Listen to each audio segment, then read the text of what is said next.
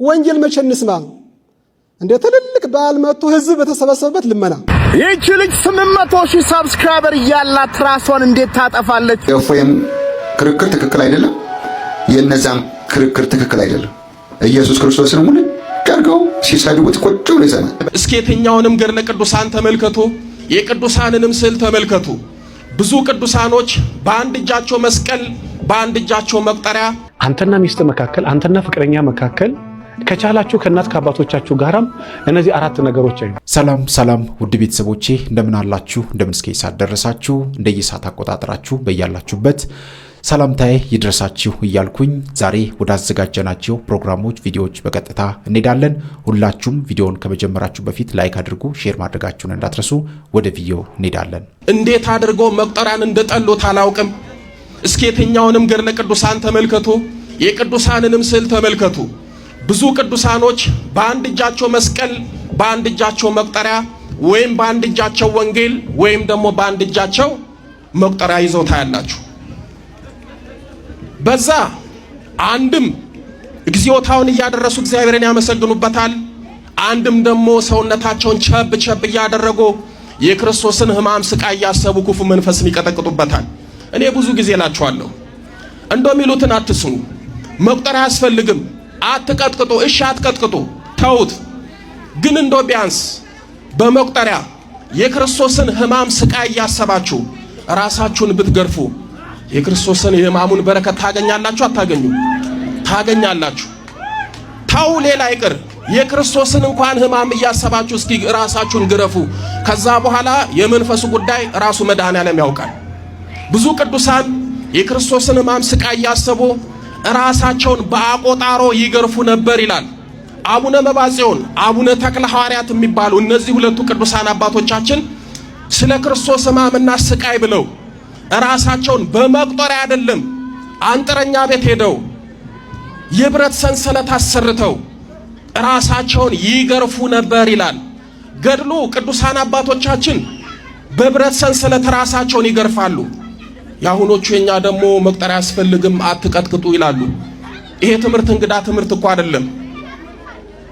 ራሳችሁን ቀጥቅጡ። ቅዱስ ጳውሎስ በሁለተኛ ቆሮንቶስ በምዕራፍ 12 ቁጥር 7 ላይ በመገለጥ ታላቅነት እንዳልታበይ የሥጋ ሞጋይ እርሱም የሚጎስመኝ የሰይጣን መልእክተኛ ተሰጠኛል። ምን የሚያደርገኛል? የሚጎስመኝ። ታዲያ የሚጎስማችሁን እናንተ በመቁጠሪያ አትጎስሙ? በመቁጠሪያ መጎሰም ኃጢአት ነው? ኃጢአት አይደለም። እንዲህ ያሉ ነው የምትጠቀሙበትን አጋንንትን ድል የምታረጉበትን ከሕይወታችሁ የምታርቁበትን መንፈሳዊ የጦር ዕቃ የሚያጥላሉት። እንዴት አይነት አለመታደል እንደሆነ አላውቅም። ስለዚህ መዳን የምትፈልጉ ሰዎች ቀጥቅጡ። ሌላው አምስተኛ ምነግራችሁ መዳን ከፈለጋችሁ የክርስቶስን ቅዱስ ሥጋውንና ክቡር ደሙን ተቀበሉ። ብዙ ጊዜ የሚናገሩት የሚያስተምሩት ይሄንን እያደረጋችሁ በነፍሳችሁ ዳኑ፣ ከዛ በሥጋም ትድናላችሁ፣ መንፈሱ ይጋለጣል፣ እናንተ እዛ ጨርሳችሁ ትመጣላችሁ። እዚህ ሲመጣ አገልግሎቱ ስራው ለሳቸውም ለኛም ይቀለናል። ቅዱስ ሥጋውን ክቡር ደሙን ተቀበሉ። ቤተ ክርስቲያንም አሰሮ ዝክርም ዘክሮ ድሆችንም ምርዶ የትኛውንም የጽድቅ ሥራ ስሩ።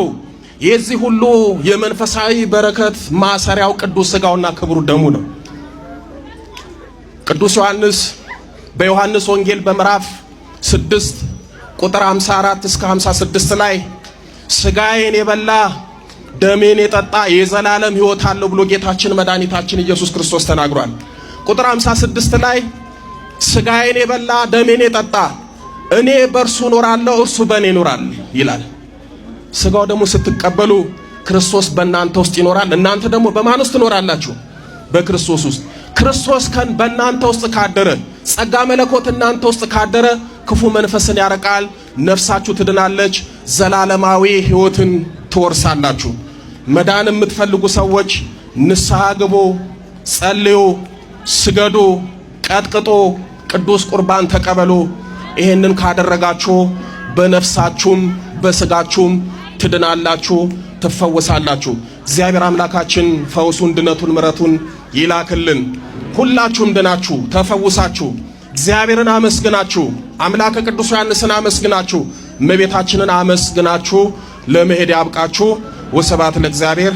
ይህች ልጅ 800,000 ሰብስክራይበር ያላት ራሷን እንዴት ታጠፋለች?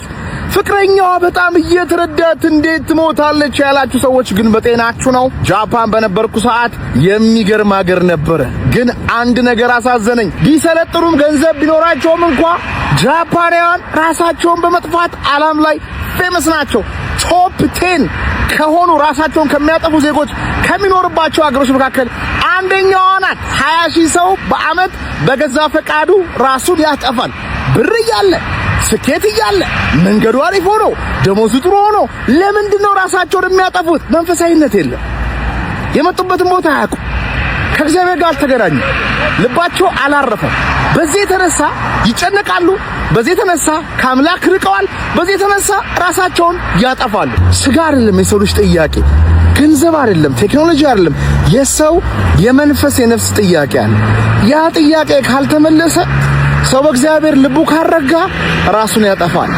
ራሳችሁ አጥፉ የሚል ሐሳብ ውስጥ ያላችሁ ሰዎች በሐሳባችሁ በአጋንንት አትጠለፉ። ወደ እግዚአብሔር ቀረቡ። የማይታይ ዓለም አለ። እሱ ማን ነው ብላችሁ አጥኑ። ምስጋና ጀምሩ። ይቅርታን ገንዘባችሁ አድርጉ። መንፈሳዊ መጽሐፎችን አንብቡ። ስለ ራሳችሁ የማይታይ ማንነት ስለመጣችሁበት ቦታ ጠይቁ። እንደዚህ አይነት ነገር የምታሸንፉት ጠንክሮ በመስራት በመፖስት አይደለም። እቺ ልጅን ስናያት ትስቃለች። ከወንድ ጋር የሚገርም ኮንቴንቶችን ትሰራለች። በአማርኛ ባንረዳውም እንኳን በኦሮሞኛ ኢነርጂዋ የሚገርም ነው። ግን ውስጧ ላይ መንፈስ ቅዱስ አድሮ ቢያረጋጋት ኖሮ እንደዚህ አትሆንምና እባካችሁ ዓለም ምድራዊውን ነገር ብቻ እያካበድን ስኬትን እያካበድን ዝናን እያካበድን የማይታየውን የእግዚአብሔርን ሰላም እንድንንቅ አድርጎናል። ሰው ደግሞ ዓለሙን ሁሉ ቢያገኝ ነፍሱን ቢያጎድል ምን ይጠቅመዋል ተብለናልና ከእንደዚህ አይነት የሐሳብ የአጋንንት አሰራር ለመውጣት መንፈሳዊነትን ዋነኛ የሕይወታችን ዓላማ ልናደርገው ይገባል። መንፈሳዊነት የመጣንበት ምንጭ እግዚአብሔር የሚገኝበት መንፈሳዊነት የምድር ከዚህ ምድር ከዛም በኋላ ስላለው ሕይወት መግቢያ ቀዳዳው ነው። መንፈሳዊነት በዝምታ በእርጋታ በጸሎት በምስጋና ከአምላክ ጋር በመሆን ተፈጥሮ ውስጥ በመግባት ትንሿን ነገር በማድነቅ የሚገኝ ነው። መንፈሳዊነት ትምህርት ቤት ያልተነገረን ማህበረሰቡ ያላስተማረን በሚዲያ ያልተነገረን ኃይል ያለው ነገር ነው። እግዚአብሔርን ጣዕሙን የእግዚአብሔርን ፍቅሩን የእግዚአብሔርን አባትነቱን የእግዚአብሔር እኛን ምን ያህል እንደሚወድ እንዲያፈቅር በሚገባን ቋንቋ አልነገሩንምና ለዛ ነፍሳችን እየቀላወጠች የማይረባውን አላፊ ምድር ፈልጋ ይዛው እንኳን አትረካምና የአብዛኛው የወጣቶች ነፍስ በዚህ ጉዳይ እየተቀጠፈ ነው። መፍትሄው እናንተ ውስጥ ነው። መፍትሄው እግዚአብሔር ጋር ነው። መፍትሄው ልባችሁ ጋር ነውና ይሄንን ነገር አብረን በጋራ መዋጋት መቻል አለብን። በዚህ ሰዓት አእምሯችሁ ራሳችሁን አጥፉ በሚል ሐሳብ ይዟችሁ እየተጨነቃችሁ ያላችሁ ሰዎች ኢየሱስ ክርስቶስ ጌታ መድኃኒዓለም ዓለምን ያዳነው ለሁላችሁ ቢደርስላችሁ ላለው መልካም ምሽት። ከዚህ ጉዳይ ሁላችን ነፃ ያወጣል። የእፎይም ክርክር ትክክል አይደለም፣ የእነዛም ክርክር ትክክል አይደለም። ኢየሱስ ክርስቶስን ሙሉ አድርገው ሲሰድቡት ቁጭ ብሎ ይሰማል። በዛ ሰው ምክንያት እግዚአብሔር ተሰደበ አልተሰደበ ትልቅ ኃጢአት ነው፣ ነውር ነው። እኛ አባት እንግዲህ እፎይ የሚያስተምረው ትምህርትና የሚከራከረው ክርክር ልክ አይደለም። በሥርዓተ ቤተክርስቲያን በመጽሐፍም መጽሐፍ ቅዱስም ቅዱሳንን አታሰደቡ ይላል። እሱ ግን እግዚአብሔርን ቅዱሳንን እያሰደበ ነው እያሉ በዚህ ልክ ሲናገሩ ሰማዋቸውና በመጀመሪያ ደረጃ እርሶን ጥያቄ ልጠይቆትኝ። እርሶ እዚህ ቦታ ቆመው ይሄን ጥያቄ ለመመለስ ትክክለኛ ሰው ኖት ወይ? ስሞት ባይታዊ ገብረ መስቀል ይባላልኝ። ባይታዊ በአቱን ለቆ ከወጣ በኋላ ባይታዊ ሊባል ይችላል ወይ? በምንስ መስፈርት ነው እሱ እዚህ ላይ ቆመው የሚያስተምሩት? በፍትሐ ነገሥትና ሥርዓተ ቤተክርስቲያን ላይ አንድ ክህነት የሌለው ሰው መድረክ ላይ ወጥቶ በዚህ ልክ እንዲያስተምር አይፈቀድለትም። እንደምመለከተው እርሶ ክህነት የለዎትም፣ መስቀልን በእጆት ላይ የለም። ደግሞ ባይታዊ ነዎትኝ። ባይታዊ በአቱን ለቆ መምጣት ነበረበት ወይ? በዚህ ልክስ ደግሞ ለቤተክርስቲያን ዋጋ እየከፈሉ በነፍሳቸው እየተደራደሩ የሚሰሩ ልጆች ላይ በዚህ ልክ መናገር ተገቢ ነው ወይ? እፎይ መጥቶ ከነሱ ጋር ክርክር ከመጀመሩ በፊት የነሱ አንዳንድ ኡስታዞች ዳቦ በቀደደ አፋቸው ኢየሱስ ክርስቶስ ላይ አፋቸውን ሲያላቁ እርሱ ያኔ ምን አድርገው ነበረ? ኢየሱስ ክርስቶስ ተሰደበ፣ ሃይማኖታችንን ልክ ባልሆነ መንገድ እየሰበኩ ነው እነዚህ ሰዎች እረፉ ብለው ከነዚህ የሙስሊሞች መምህራን ጋር ቁጭ ብሎ ተወያይተዋል። ይህን ችግር ለመፍታት ምን አድርገዋል? ከቤታችን ፈርሰው ወደዛ የሄዱ የኢየሱስ ክርስቶስን ምዕመናንስ ለመመለስ ምን አድርገዋል? አድርገዋልኝ። ያሉትን ሳትጠብቁ የሄዱትን ሳትመልሱ ደግሞ በጎ ስራ የሚሰሩትን በዚህ ልክ የቤተክርስቲያን መድረክ ላይ ቆሞ መንቀፉ ተገቢ ነበር ወይ? ክርስቶስ እንዲህ ብሎ ለመናገር ትክክለኛው ሰው ነው ወይ የሚለው ጥያቄ ውስጥ መግባት አለበት። ስለዚህ እኚህ ሰዎች ኢየሱስ ክርስቶስን መሳደብ የጀመሩት እፎይ ከመምጣቱ በፊት ነው። እሱ መጥቶ ደግሞ እነዚህን ሰዎች በሚገባቸው ልክና እነሱ በሚናገሩት መጠን ተናግሮ ስላስተማረና ስላሳመነ በዚህ ልክ እሱ ላይ ሊወራበት አይገባም። ምክንያቱም ይሄ ልጅ በነፍሱ ተደራድሮ ያ ሁሉ ዛቻ ያ ሁሉ ሴፍ ሲወርድበት ቤተክርስቲያን እንኳን አይዞ ሳትለው ብቻውን ለቅድስት ቤተክርስቲያን ቆሞ አይዛብን እያሳመነ እያጠመቀ ያለ አንድ ኦርቶዶክስ ተዋህዶ ጀግና ልጅ ነው። ስለዚህ ይሄ ልጅ ልታበረታቱትና እውቅና ልትሰጡት እንጂ በዚህ ልክ እናንተ ስብዕና ሳይኖራችሁ ልክ ሳትሆኑ ሰው ልክ አይደለም ማለት ተገቢ አይደለም። ከዚህም በኋላም እንዲህ ብላችሁ የምታወሩ መምህራን ካላችሁ 1 2 3 4 ደጋግማችሁ ማሰብ አለባችሁ። እናንተ በሙስሊሙ ዘርፍ ምን ሰርታችኋል? ወንጌልን ሰብካችኋል? ፈርታችሁ እንዲያደርጉናል ብላችሁ አይደል ወይ ዝም ብላችሁ የተቀመጣችሁት? እና የልጅ ይህን ነገር ተጋፍጦ እንዲህ ብሎ ስላስተማረ ይሄ ነገር እውነት ይገባው ነበር ወይ የሚል ጥያቄ አንስታችሁ ልክ እንዳልሆነ ራሳችሁን አሳምናችሁ ቢችሉ እሱ የሰራውን ስራ መስራት እሱ መደገፍ ነው ያለባችሁ። ስለዚህ ወንድማችን እፎይ ትክክለኛ ስራ እየሰራ ነው። እነሱ ያለ ማስረጃ ኢየሱስ ክርስቶስ ላይ አፋቸውን በዛ ልክ ሲከፍቱ ቪዲዮአቸውን አምጥቼ የማላሳየው የማይገባና ጸያፍ ስለሆነ ጌታችን እንደዛ ሲሰደብ እናንተ መልሳችሁ መስማት ስለሌለባችሁ እንጂ በምን መጠን ኢየሱስ ክርስቶስን እንደሚናገሩና እንደሚያዋርዱ እናውቃለን፣ ሁላችሁም ታውቃላችሁ። ስለዚህ እነሱ ያለ ማስረጃ በዛ ልክ ሲያወሩ እሱ በቁርአናቸው በመረጃ በማስረጃ አምጥቶ አሳያቸው፣ አስተማራቸው። የራሳቸው ስሜት ሲገነፍልባቸው እሱንም ክርስቶስንም ተሳደቡ። ስለዚህ ይሄ ነገር ደግሞ የነሱን የወረደ አስተሳሰብ እንጂ የሱን ስህተት አያሳየም። በዚህ ልክ ተረድታችሁት ፎይን እንድትደግፉት ለማለት ነው ይህንን ቪዲዮ የሰራሁት። ኮፒ ሊንክ፣ ሼር፣ ፖስት እያደረጋችሁ ለሌሎች ለማዳረስ ሞክሩ። ቢንሲራይቶንም ገብታችሁ ሰብስክራይብ አድርጉልኝ። ይቆያል። አንተና ሚስት መካከል አንተና ፍቅረኛ መካከል ከቻላችሁ ከእናት ከአባቶቻችሁ ጋራም እነዚህ 4 ነገሮች አይ እነሱ ምንድናቸው? እልህ፣ ንቀት፣ ስድብ፣ ፉክክር፣ በቃ መርዛማ የሚባሉ ነገሮች ናቸው። ቤታችሁ ውስጥ በጣም በጌታ ፍቅር ነው መለመናችሁ አደራችሁን እንዳይኖሩ በጣም መጥፎ የሆኑ 4 ነገሮች ናቸው። መጀመሪያ ከባል ጋራ ንቀት። ሚስት ባለቤቷን መናቅ ከጀመረች፣ ባል ሚስቱን መናቅ ከጀመረ፣ ሚስት ከባለቤቷ ጋር ፉክክር ውስጥ ከገባች፣ ባል ከሚስቱ ጋር ፉክክር ውስጥ ከገባ፣ ሚስት ከባለቤቷ ጋር መሰዳደብ ከጀመረች፣ ባል ከሚስቱ ጋር መሰዳደብ ከጀመረ፣ ወይ ደግሞ ፍቅረኛሞች መሰዳደብ፣ መናናቅ፣ መፎካከር ውስጥ ከገቡ በቃ መጨረሻ ጫፍ ላይ እየደረሱ ነው። ምናልባት በእግዚአብሔር ታምር ተመልሶ ሰው ሊሆኑ ይችላል። በነገራችን ላይ በህይወቴ በጣም የምወደው ትልቅ ፓወር ያለው እንትን ሰው ሁን።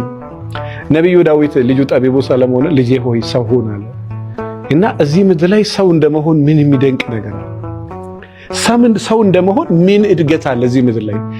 አድገ ሰው መሆን ነው የምትሆነው። ሰው መሆን ማለት ትልቅ ነገር። ሰውነት ውስጥ ብዙ ጥበብ አለ፣ ብዙ የሚገርም ነገር አለ።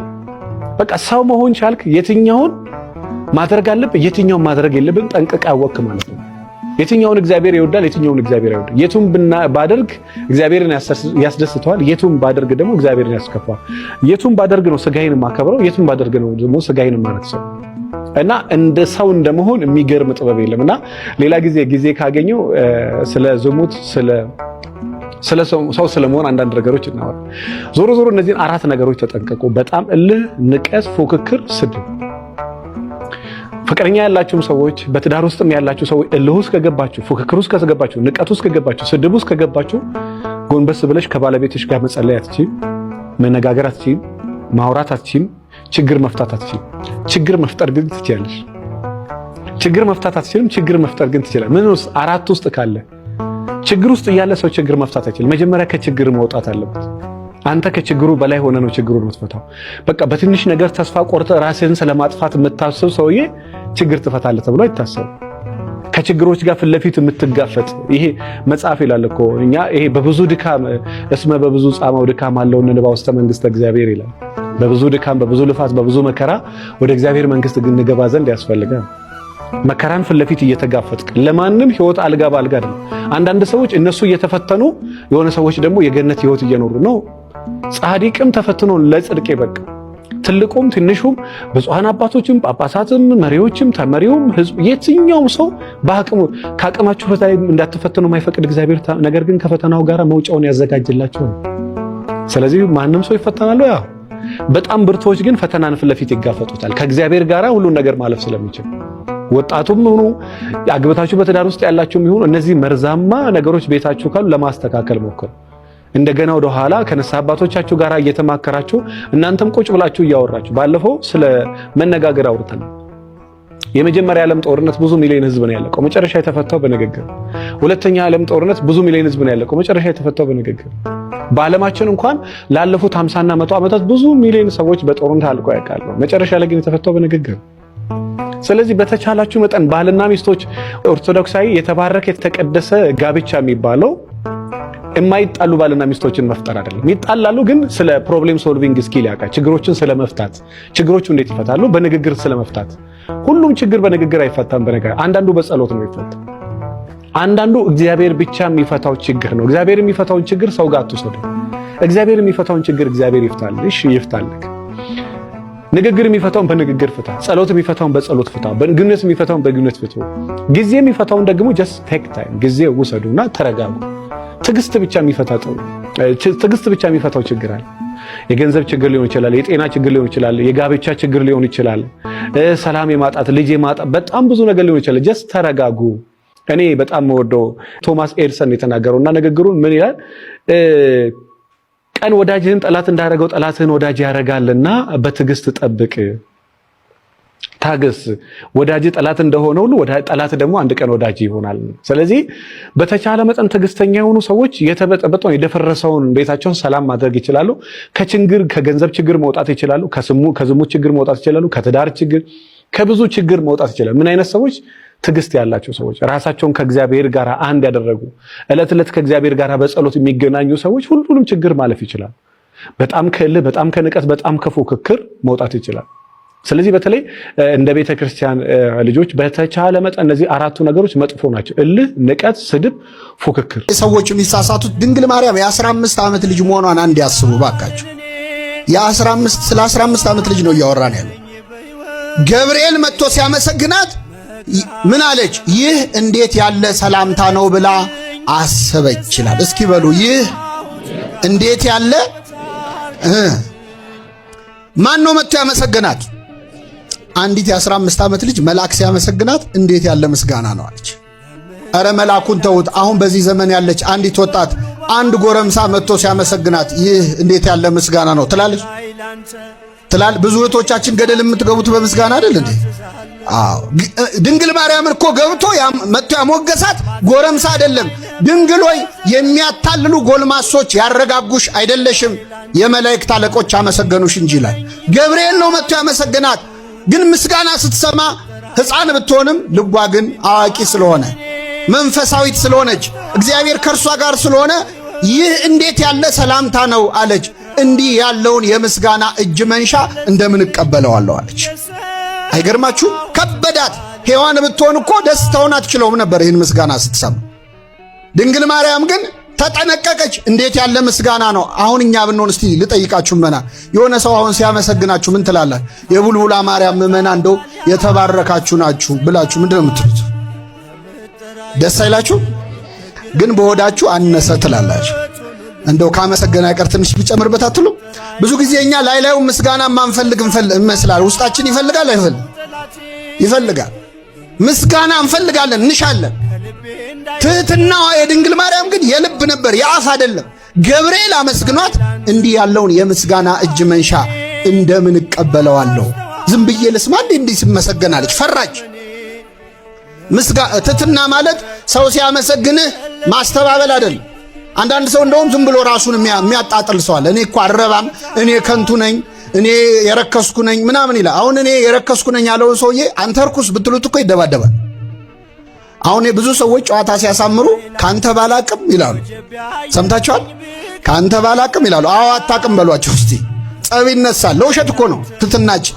እውነተኛ ትትና የሚባለው ዝም ራስን መውቀስ አይደለም፣ ሌላው ሲወቅስ መቀበል፣ በቃ አሜን ብሎ መቀበል ነው ይላል ቅዱስ ዮሐንስ አፈወርቅ። እመቤታችን ግን ይህ እንዴት ያለ ሰላምታ ነው ብላ አሰበች፣ ተናገረች አይደለም። ምን አለች?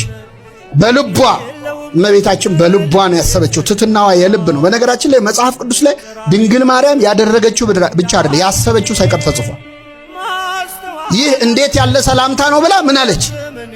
አሰበች። አንዴ እንዳይመስላችሁ ቅዱስ ሉቃስ 3 ማርያምም ይህን ነገር ሁሉ በልቧ እያሰበች ትጠብቀው ነበር ይላል። ሐሳቧ ድረስ ተጽፏል መጽሐፍ ቅዱስ። እና መልአኩ እንዴት ያለ ሰላምታ ነው ብላ ማሰቧን ሲያይ በተሰጠው ጸጋ አውቆ ማርያም ሆይ አትፍሪ፣ ከእግዚአብሔር ዘንድ ሞገስን አግኝተሻልና አላ። ክብር ምስጋና ይድረሳት እመቤታችን። የኔ የመልአኩ ምስጋና ነው ያስፈራሽ አለ። የኔ የገብርኤል ሰላምታ ነው ያስፈራሽ? በማን ፊት ክብር አግኝተሻል? እኔማ ተራ ነኝ አለ። እኔማ በፊቱም ቆም አገልጋዩ ነኝ። የኔን ተይው፣ በእግዚአብሔር ፊት ሞገስን አግኝተሻል። ድንግል ማርያም ክብርም ሞገስን ያገኘችው በማን ፊት ነው? አንዳንድ ሰዎች እናንተ ኦርቶዶክሶች የድንግል ማርያምን ክብሯን አብዝታችሁታ ይላሉ። ክብሯን ያበዛው ማን ነው? እኛ ልንቀንሰው ልንጨምረው እንችላለን? ፀሐይ ብንሞቃት ባንሞቃት ሙቀቷ ይቀንሳል? ድንግል ማርያም ብናከብራትም ባናከብራትም ማን አክብሯታል? ምእመናን እግዚአብሔር አክብሯታል። ክብር ምስጋና ይድረሳል። ሁልጊዜ መለመን። ወንጌል መቼ እንስማ? እንደ ትልልቅ በዓል መጥቶ ህዝብ በተሰበሰበበት ልመና። እኛ እየሄድንበት ያለው ከባዱን የመረጥነው መንገድ ከባዱን ነው። ተጸየፉን። ግማሹ ቆልፏል ጆሮን። እንግዲህ ጀመራቸው ሳይጀምሩ ልሂድ ብሎ ታምረ ማርያም ሰምቶ ውልቅ የሚለው ብዙ አይደል?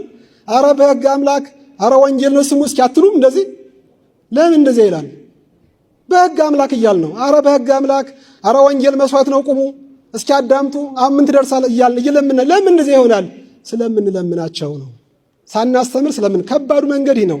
ወንጌል ከገባው ግን አይደለም ገንዘቡን ራሱን ሰጥቶ እየሰጠ አይደለም። በዲዮቅልጥያኖስ ዘመን በሮም በ55ቱ ነገስታት ፊት እኮ ያ ሁሉ ሰማዕታት የተገኘው እኮ ምን እያደረገ ነው? ወንጌል ገብቶት ነው። በሳቱ በስለቱ እየተራመደ ሄደው አይደለም ገንዘቡን ማለት ነው። አይደለም ገንዘቡን። የነገስታት ሚስቶች እኮ በውስጣቸው ወንጌሉን ሲሰብኩ የነበረው በዛ ዘመን እኮ ወንጌል ገብቷቸው ቢያዙ እንኳን ሰማዕትነት ዋጋን ስለሚረዱ ነው። እኛ ግን ወንጌል ሳናስተምር ገንዘቡን ብቻ ካል እየተመረረን እየተወን ከህዝብ እየወጣን ያው ጀመራቸው እየተባለ እስኪ አንዳንድ ቀን ዝለሉ እየተባለ አይደል እንዴ? እንደዛ መሆን የለበትም። አሁን ያለውን እኔ እንግዲህ በዓለማዊ መንገድ ስላለሁኝ ቤተክርስቲያን ቅጥር ውስጥ አይደለም ያለሁት፣ በውጭ ነው ያለሁት እና የምሰራበት መስሪያ ቤት ነው በጣም ብዙ ህዝብ ያለበትና ብዙ የሚወራበት ነው። መምህር እንደው አንዳንድ ቀን አዘሉም ልመና የሚሉ ብዙ ናቸው። እንደው አንዳንድ ቀን ዝለሉ እንጂ ሁልጊዜ መለመን። ወንጌል መቼ እንስማ? እንደ ትልልቅ በዓል መጥቶ ህዝብ በተሰበሰበበት ልመና ህዝቡ መስማት የነበረበት ተዋ እና ምን ይሉኛል እንግዲህ በዚህ ከቀጠላችሁ በአጭር ጊዜ ውስጥ በዓለማችን በገንዘብ ምክንያት የማይታመን ካህን ሊሆን ነው ይሉኛል። በገንዘብ በተመለከተ ታማኝነት የማይጣልበት ካህን መሆኑ ሩቅ አይደለም ብለዋል። ሳገኝ ሳጣይቅ የምሰባቸው ምክንያቱም ሁሉም እዛ ላይ ስለሆን ሩጫችን ያዩናል፣ እነሱ ይታዘቡናልና በአጭር ጊዜ ውስጥ እመኑኝ ካህን ታምኖ ገንዘብን እንደማይበል ጥርጥር የለውም። መቼ ካልተስተካከለ? ዛሬውኑ ካላስተካከል ነው። የአቡነ ተክለ ሃይማኖትን ገድል የሚያነብሰው ጦም አያድርም፣ ምንም በረከት አይታጠም። ራሴ አውቃቸዋለሁ ሲያደርጉልኝ ማለት ነው።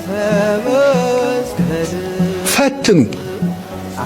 የተክለ ሃይማኖት ልጅ መሆን ከፈለጋችሁ ጠይቁና ፈትኗቸው። አምላክን ምንም ነገር አቡነ ተክለ ሃይማኖት ተጠይቀው ደግሞ ሰው አይንቁም። በጣም ደግ ተክለ ሃይማኖት ማለት ምን ማለት መሰላችሁ? ሲጀመር ተክለ ሃይማኖት ማለት ተክለ አብ፣ ተክለ ወልድ፣ ተክለ መንፈስ ቅዱስ ነው። የማን ተክል ማለት ነው? የአብ የወልድ። ይሄንን ስም ስንጠራ አድረው ያሉ እዚህ ስም ላይ ማን ናቸው? አብ መንፈስ ቅዱስ። የተክለ ሃይማኖት ስም ሲጠራ በዚህ ስም ላይ የማን ስም አለ? የሥላሴ ስም አለ።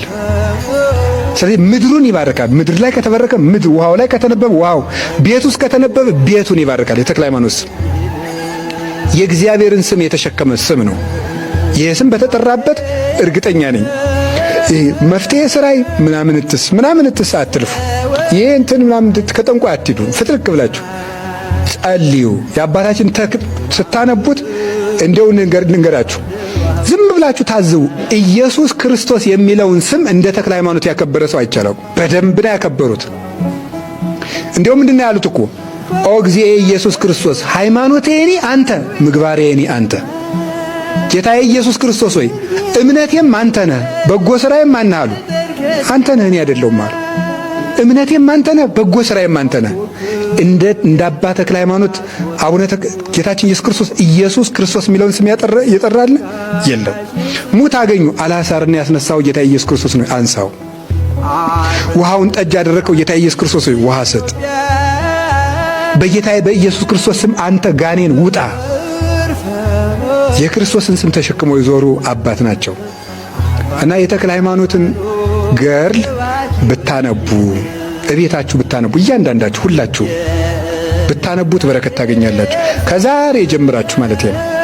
ከዛሬ ጀምራችሁ አንብቡት። እንደውም አንዱ ምን አደረገ ይባላል፣ እስቲ የተክለ ሃይማኖት ገዳም ውስጥ ረሃብ የለም ተብሏልና እስቲ ለያቸው ብሎ ጫካ ውስጥ ሄደና እንጀራ ከዚህ ካመጡ እናያለን ብሎ ጫካ ውስጥ ሄዳሉ። ካለ ሲናል እንግዲህ ሰው መሃል እያደረጉ የሆንኩ ሰው ያበላኝን ሁሉ ተክለ ሃይማኖት አበሉኝ እየተባለ ነው እንጂ ሲጫካው ሲል አንድ እረኛ ፍየል ጠፍቶት ይመጣል። አተ በዚህ ፍየል አያየም በዚህ ያለ መጥቶ ፍየሉ ይገኛል። እንደውም ሰዓት ደርሷል ምሳ እንብላ ብሎ ካኳፋዳ አውጥቶ ምሳ በላው። ፍየል ጠፍቶ ሲፈልግ ማለት ነው። እንደው እርግጠኛ ነኝ እኔ አባ ተክለ ሃይማኖትን አባታችንን ራሴ አውቃቸዋለሁ ሲያደርጉልኝ ማለት ነው።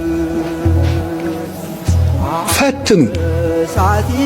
ይሄ ሁሉ ቅድስና እያላቸው 99 ዓመት በሙሉ ከክርስቶስ ውጭ አፋቸው ሌላ ጠርቶ የማያውቅ እንደ ኤልያስ ለእግዚአብሔር አምልኮት ሲቀኑ የነበሩ እንደ ጳውሎስ በቅናት የሚሰብኩ እንደ ነቢያት በትንቢት የሚቃጠሉ እንደ ባይታውያን ዘግተው የሚጋደሉ አቡነ ተክለ ሃይማኖት እንደ መላእክት የሚያመሰግኑ እሳቸው ተጠርተው የሚያሸንፈን ነገር የለም እና ሁላችሁም አደራ እምላችሁ ንግድ ብትነግዱ ራሱ አንብቡ የእሳቸውን ስም። እግዚአብሔር ቃል ኪዳን ሰጥቷቸዋል። ስማቸው በተጠራበት በረከት አለ። የምትነግዱበት ቦታ ሄዳችሁ ባርኩልኝ በሏቸው፣ ይባርኩላችኋል። ስማቸው ባለበት በረከት አለ። ስማቸው ባለበት ጋኔን የለም። ለምን? የኢየሱስ ክርስቶስን ስም የተሸከመ ስም ነውና። ይሄንን ነው የምነግራችሁ። ፈሪሃ እግዚአብሔር እንዴት እንደሚያበዛ ማንን አየ ነው? ራሳቸው ምስክር ናቸው። ዘመነ በዓለ ሃምሳ ንስሐ ይገባል የሚሉ ሰዎች የለም። የቤተክርስቲያን ትምህርት እንደዛ የሚል የቤተክርስቲያን ትምህርት የለም። በነገራችን ንስሐ ይገባል፣ በበዓለ ሃምሳ ንስሐ ይገባል። ለምን? ኃጢአት ይሰራል። ኃጢአት በሚሰራበት ዘመን ሁሉ ንስሐ አለ። ኃጢአት ባለበት ሁሉ ንስሐ አለ። ኃጢአት ባለበት ሁሉ ምን አላልኩሽ? በበዓለ ሃምሳ ንስሐ አይገባም ሳይሆን የንስሐ አሰጣጡ ግን ይለያያል። ስግደት አይሰጥም ለምሳሌ፣ ጾም አይሰጥም ለምሳሌ። በበዓለ ሃምሳ ኃጢአት አትስሩ፣ አትዘኑ፣ አታልቅሱ። ምክንያቱም በዓለ ሃምሳ የደስታ ጊዜ ነው። ግን ደግሞ የደስታ ጊዜ ነው ስለተባል 24 ሰዓት እየበላ ጨፍር፣ የፈለግካት ሴት ጋር ተኛ፣ የፈለግሽው ወንድ ጋር ተኛ አይደል እንዴ? ሰው እየበላ እየጨፈረ እየሰከረ መጠጥ ቤት እያደረ ቱቦ ውስጥ እየተኛ ከሚስቱ ውጭ ሌላ ሴት ጋር እየሄደ ሐዋሳ ላንጋኖ እየሄደ ሶደሬ እየሄደ በኃጢአት እየወደቀ ይህን ዋስትና ወስዶ ንስሐ አልገባም እንዴት ይባል? ማን ይሄን ያሰማው? ያ ሰው ኃጢአት ቢሰራ የሚሰጠው ስግደት አይደለም፣ ጾም አይደለም፣ ምጽዋት ይሰጠዋል። ምሳውን ለእኔ ቢጤ እንዲሰጥ ይደረጋል። መጥኖ እንዲመገብ ይደረጋል። ቤተ ክርስቲያን መጥቶ ጸሎት እንዲያደርግ ይደረጋል። መስገድ ስለማይቻል ስለ ስግደቱ ፋንታ ዳዊት እንዲደግም ይደረጋል። ብዙ ጸሎት፣ ብዙ አቡነ ሰበሰማያት በቀን ውስጥ 40 ጊዜ 50 ጊዜ እንዲያደርስ ይደረጋል እንጂ ንስሐ አይገባም እንዴት ይባላል? ኃጢአት ለመስራት ፈቃድ የወሰድን ይመስል እንዴት እንደዛ ይባል? የለም እንደዛ ነው። በሰሙነ ሕማማት ደግሞ ሰው ኃጢአት እንዳይሰራ ቤተ ክርስቲያን እንዲሁን ግብረ ሕማማቱ በ24 ሰዓት ውስጥ የተሰሩ ስርዓቶች አሉ። ከሌሊቱ 6 ሰዓት ጀምሮ በየሰዓቱ የሚነበቡ ምንባባት አሉ። ጠዋት 1 ሰዓት፣ ከዛ 3 ሰዓት፣ ከዛ 6 ሰዓት፣ ከዛ 9 ሰዓት፣ ከዛ 11 ሰዓት ክርስቲያን ሁሉ ቤተክርስቲያን እንዲሁን ጊዜ የለውም ኃጢአት ለመስራት። ይሄ ብቻም አይደለም፣ የሚመገበው ምግብ ይለያል ኃጢአት እንዳይሰራ። ቀኑን ሙሉ እየሰገደ ይውላል። መመገብ የሚችለው ማታ ከምሽቱ 1 ሰዓት ነው። የሚመገበው 3 ነገሮች ብቻ ናቸው ወደ አፉ የሚገቡ። አንደኛ ቆሎ፣ ሁለተኛ ውሃ፣ ሶስተኛ ምናልባት ጨው ያለበት ቂጣ። እነዚህ 3 ነገሮችን ብቻ ነው እንዲመገብ የሚያዘው ፍትሐ ነገሥቱ። ስለዚህ ኃጢአት አይሰራም። ኃጢአት ቢሰራ እንኳን ቢወድቅ እንኳን እግዚአብሔር ይፍታ ባይባልም ግን ለካህኑ ይናገራል። ይሄን ኃጢአት ሰርቻለሁ ብሎ ለካህኑ ይናገራል። በዚያ ሰዓት እስካሁኑ ስግደት ይሰጡታል። ምልክቱ ለምሳሌ በዕለተ ስቅለት ንስሐ እንገባለን። በዕለተ ስቅለት እኮ በሰሙነ ሕማማት ያደረግናቸውን በጥብጣቤ ጊዜ ይህንን አድርጌያለሁ ብለን እንናገራለን። 40 ስገድ እንባላለን። እዛው ሰግደን እንመለሳለን፣ እንወጣለን። ንስሐ የማይገባበት እንግዲህ ውድ ቤተሰቦቼ በዛሬው ቆይታችን እነዚህንና መሰል ጉዳዮችን ለመዳሰስ ለማየት ሞክረናል። በቀጣይም እንደዚሁ የሚያነቁ የሚያበረታቱ መንፈሳዊነታችንን ከፍ የሚያደርጉ ትምህርቶችን ቪዲዮዎችን ይዤላችሁ እስከምንገናኝ ድረስ የቅዱሳን አምላክ ከሁላችን ጋር ይሁን። በሀገር ውስጥም ከሀገር ውጭም ያላችሁ ኢትዮጵያውያን ኤርትራውያን ቤተሰቦቼ በያላችሁበት ሰላም እግዚአብሔር ከሁላችሁ ጋር ይሁን እላለሁኝ። ይህንን ቪዲዮ ለወዳጅ ለጓደኛ ለቤተሰብ ሼር ማድረጋችሁን እንዳትረሱ። እግዚአብሔር አምላካችን ከሁላችን ጋር ይሁን። ይቆየን። አሜን።